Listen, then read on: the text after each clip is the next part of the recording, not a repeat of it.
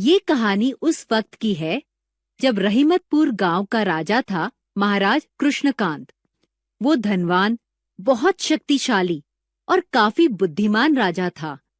लेकिन ये भी सच था कि वो बहुत अहंकारी था। अपने घमंड के लिए उसका नाम प्रसिद्ध हुआ था। उसके अभिमानी स्वभाव के अनुसार एक दिन उसके दिमाग में आया कि उसे शतरंज के खेल में हराने वाला कोई भी व्यक्ति नहीं होगा। इसलिए उसने अपने राज्य में घोषणा करवाई कि जो कोई राजा को शतरंज के खेल में हरा पाएगा, उसे राजा अपनी संपत्ति का 10वां हिस्सा भविष्य के लिए देगा। लेकिन अगर राजा को लगता है वो मनुष्य राजा की योग्यता का नहीं है या फिर राजा का प्रतियोगी होने के लायक नहीं है, तो उसे तुरंत जान से मार दिया जाएगा। कई लोगों ने पैसे के लालच में राजा की इस चुनौती को स्वीकार किया और अपनी जान खतरे में डाल दी। उनमें से कोई भी राजा के इतना शतरंज का अच्छा खिलाड़ी साबित नहीं हुआ और हर बार हर एक का सिर कलम होता गया।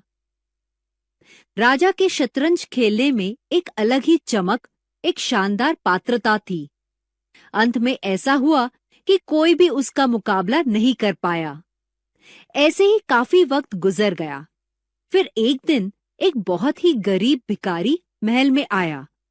वो राजा के साथ शतरंज खेलने के इरादे से ही आया था। बहुत लोगों ने उसे इस इरादे से रोकने की कोशिश की। उससे कहा, तुम मत खेलो, तुम राजा से जीतने वाले तो हो ही नहीं, अपनी जान खो बैठोगे। लेकिन उसने अपना इरादा नहीं बदला। वो राजा के साथ शतरंज खेलने के लिए राजमहल में आ ही गया। राजा ने उसके फटे कपड़े और अस्त व्यस्त ढंग देखा और सोचा कि ये भिखारी मेरे साथ शतरंज खेलने के पात्र कैसे हो सकता है। वो भिखारी से बोला, ए भिखमंगे, मैं अभी तुम्हारा सर काट सकता हूँ। तुमने ये सोचा ही कैसे कि तुम मेरे साथ शतरंज खेल सकोगे? भिखारी ने शांति से कहा, महाराज, क्योंकि आप अभी जो कार्रवाई करने जा रहे हो, उसके लिए मैं वो करने से पहले ही आपको माफ कर सकता हूँ। क्या आपको लगता है कि आप भी ऐसा कर सकते हो? ये सुनकर राजा अकस्मात चौंक गया। उसे भिखारी से इस जवाब की उम्मीद नहीं थी।